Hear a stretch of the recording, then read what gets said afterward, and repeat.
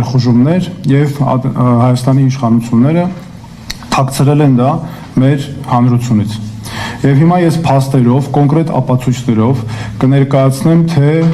որոնք են դրանք եւ ինչ անվտանգային մենք մարտահրավերներ ու խնդիրներ ունենք։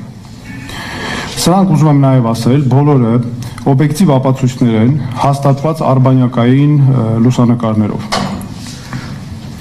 Հիմա առաջինը մենք ցուցադրենք կներկայացնեմ ես Գեղարքունիքի մարզում, մասնավորապես Վարդենիսում տեղի ունեցածը։ Սա սահմանն է հայ-ադրբեջանական, սա ադրբեջանական դիրքն է, որ դեռ ներխուժել էին մի քանի տարի առաջ,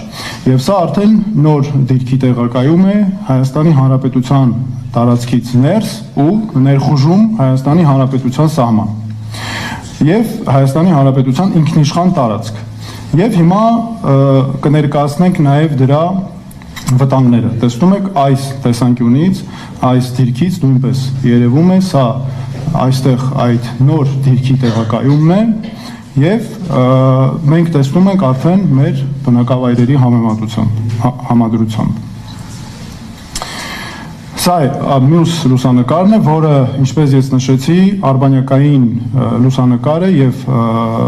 սա նոր դիրքն է, ընդ որում տեսնում ենք ժամանակահատվածը, մինչեւ հուլիսի 31-ը 2025 թվական այս դիրքը գոյություն չի ունեցել ըստ արբանյակային լուսանկարների։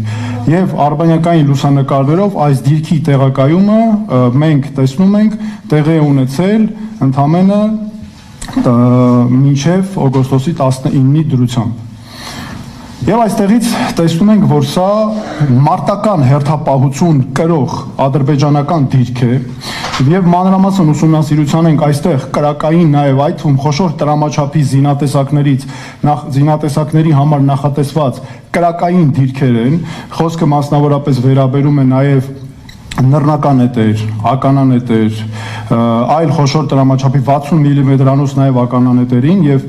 զինատեսակների նաև հրաձգային հատուկ կետեր են նախատեսված եւ բնականաբար առանձին նախատեսված նաև կոմունիկացիաներով։ Սա արդեն այս դիրքից Սոտքի հանքավայր ուղիղ նշանառությունն է 4 կիլոմետր, բայց մինչ այդ հիմա ես ցուցադրեմ նաև մնացած հատվածների նկատմամբ նրանց վերահսկողությունը, այստեղից տեսնում ենք, որ ուղիղ թիրախիտակ է հայտնվել Սոտքի